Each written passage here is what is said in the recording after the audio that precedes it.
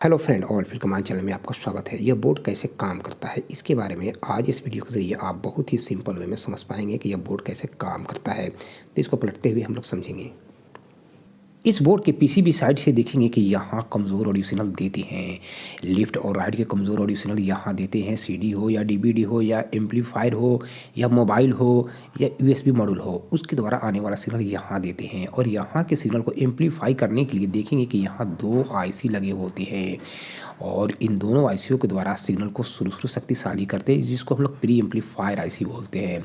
यहाँ जो आईसी लगा होता है यह हाई फ्रीक्वेंसी को एम्पलीफाई करता है, यानी कि पतला आवाज़ को एम्पलीफाई करता है। और यहाँ जो आईसी लगा होता है यह लो फ्रीक्वेंसी को एम्पलीफाई करता है, यानी कि मोटा आवाज़ को एम्पलीफाई करने का काम करता है। तो यहाँ जो आईसी लगा होता है उसमें कुल मिलाकर के 8 पिन बने होते हैं। यहाँ पिन नंबर 1, यहाँ 2, यहाँ पर 3, यहाँ पर 4, इसके बाद यहाँ पर 5, 6, 7 और 8 है। ठीक इसी तरीके से यहाँ भी जो आईसी लगा होता है उसका पिन नंबर 1, 2, 3, 4, इसके बाद 5, 6, 7 और 8।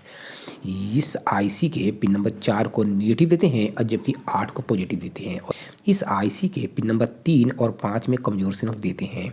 यहाँ पर जो सिग्नल देते हैं वो यहाँ से यहाँ एक कैपेसिटर के द्वारा और एक रजिस्टर के द्वारा, फिर एक रजिस्टर के द्वारा इसके पिन नंबर 3 में कमज़ोर सिग्नल देते हैं। जो 3 में कमज़ोर सिग्नल देते हैं वो सिग्नल एम्पलीफाई होकर के पिन नंबर 1 से आउट होता है और 1 से निकलने वाला सिग्नल यहाँ से यहाँ एक रजिस्टर के द्वारा और फिर एक कैपेसिटर के द्वारा, फिर एक रजिस्टर के द्वारा यहाँ लगा हुआ आउटपुट आईसी 2030 आईसी के पिन नंबर 1 में कमज़ोर सिग्नल देते हैं। और इस आईसी के द्वारा उस सिग्नल को पूर्णतः एम्पलीफाई करके पिन नंबर 4 से आउट किया जाता है। यहाँ इस आईसी का पिन नंबर 1, यहाँ 2, यहाँ पर 3, यहाँ पर 4 और यहाँ पर 5 है। तो यहाँ पिन नंबर 1 में कमज़ोर सिग्नल देते हैं और 4 से शक्तिशाली सिग्नल लेते हैं, जबकि इस आईसी को काम करने के लिए पिन नंबर 3 को निगेटिव देते हैं। ये देखेंगे कि यह निगेटिव लाइन है, जबकि पिन नंबर 5 को पॉजिटिव देते हैं। ठीक इसी तरीके से जो यहाँ जो कमज़ोर सिग्नल देते हैं तो दूसरा कमज़ोर सिग्नल यहाँ से यहाँ एक कैपेसिटर के द्वारा और एक रजिस्टर के द्वारा यहाँ, और यहाँ के बाद एक देखेंगे कि यहाँ से यहाँ एक रजिस्टर के द्वारा इस आईसी के पिन नंबर 5 में कमज़ोर सिग्नल देते हैं और शक्तिशाली सिग्नल इस आईसी के पिन नंबर 7 से प्राप्त होता है।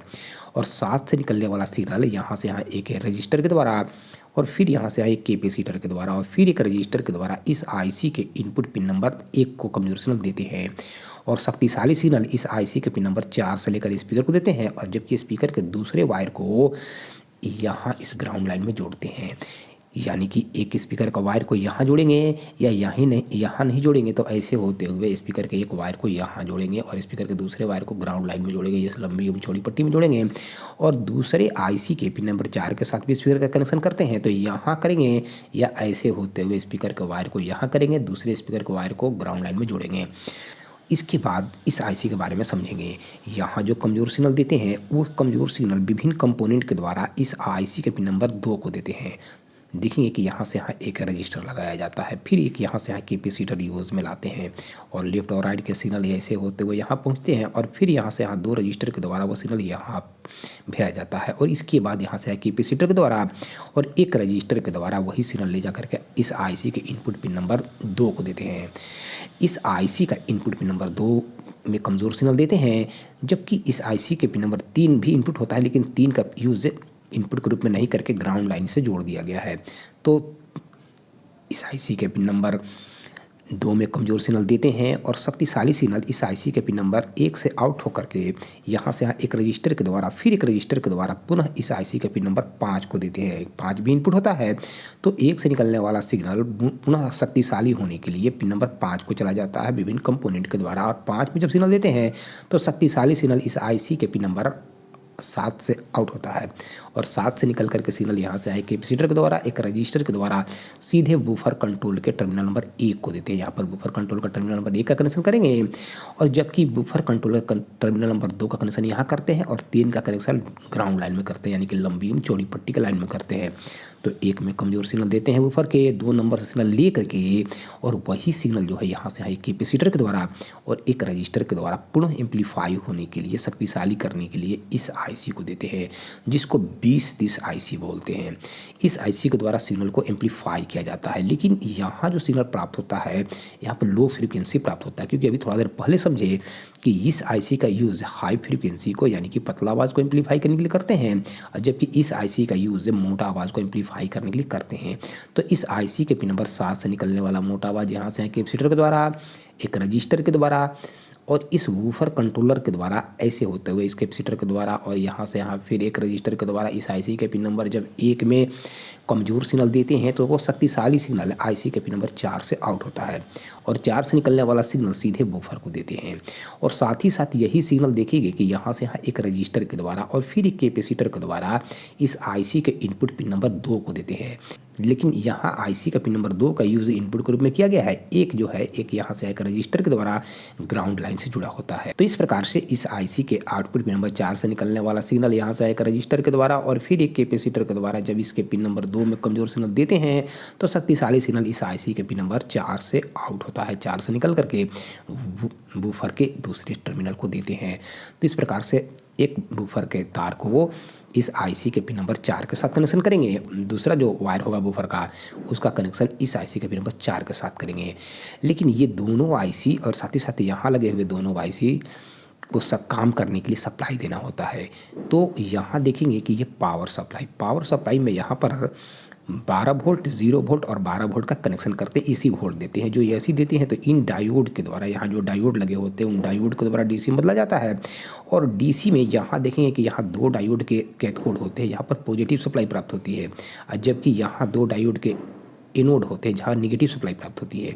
तो यहाँ की निगेटिव सप्लाई को लेकर के ऐसे होते हुए देखिएगा कि ऐसे होते हुए यहाँ से एक कैपेसिटर लगा होता है फिल्टर करने के लिए, और यहाँ की निगेटिव सप्लाई फिल्टर होने के बाद में यही निगेटिव सप्लाई को लेकर के ऐसे होते हुए यहाँ से एक जंपर के द्वारा इस आईसी के पिन नंबर 3 को देते हैं। साथ ही साथ यही निगेटिव सप्लाई इस आईसी के भी पिन नंबर 3 को देते हैं और यही निगेटिव सप्लाई यहाँ से यहाँ एक जंपर के द्वारा इस आईसी के पिन नंबर 3 को देते हैं। यानी कि जितने भी आईसी लगे होते हैं उनके पिन नंबर 3 को निगेटिव दिया जाता है। कहाँ से? तो यहाँ पर निगेटिव सप्लाई मिलनी चाहिए। अगर यहाँ निगेटिव सप्लाई प्राप्त नहीं हो तो उस स्थिति में यहाँ पर पहले एसी की जांच करेंगे और एसी सप्लाई मिले, लेकिन यहाँ अगर डीसी नहीं मिले तो उस स्थिति में इन चारों डायोड में से ये डायोड की खराबी होगी या इस पॉजिटिव निगेटिव लाइन से लगे हुए कंपोनेंट की खराबी होगी।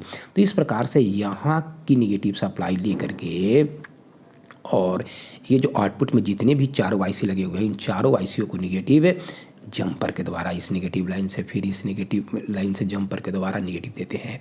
यहाँ 2 डायोड के कैथोड आपस में जुड़े होते हैं जहाँ पॉजिटिव सप्लाई प्राप्त होती है। तो यहाँ की पॉजिटिव सप्लाई को लेकर के ऐसे होते हुए यहाँ से एक जंपर के द्वारा जो आउटपुट में आईसी लगा होता है इसके पिन नंबर 5 को पॉजिटिव देते हैं। साथ ही साथ यही पॉजिटिव सप्लाई इसके भी पिन नंबर 5 को और यही पॉजिटिव सप्लाई इसके भी पिन नंबर 5 को दिया जाता है और ऐसे होते हुए इसके भी पिन नंबर 5 को पॉजिटिव। इस प्रकार से मल्टीमीटर के द्वारा यहाँ पर पॉजिटिव और यहाँ पर निगेटिव जाँच कर सकते हैं। इस प्रकार से जितने भी आईसी लगे हुए हैं इन सभी आईसीओ के पिन नंबर 5 को पॉजिटिव और 3 को निगेटिव देते हैं। यहाँ की पॉजिटिव सप्लाई इन दोनों आईसीओ को भी देना होता है, लेकिन इन दोनों आईसीओ को सप्लाई यहाँ की पॉजिटिव लाइन की डायरेक्ट सप्लाई नहीं देकर के रजिस्टर के द्वारा सप्लाई देते हैं।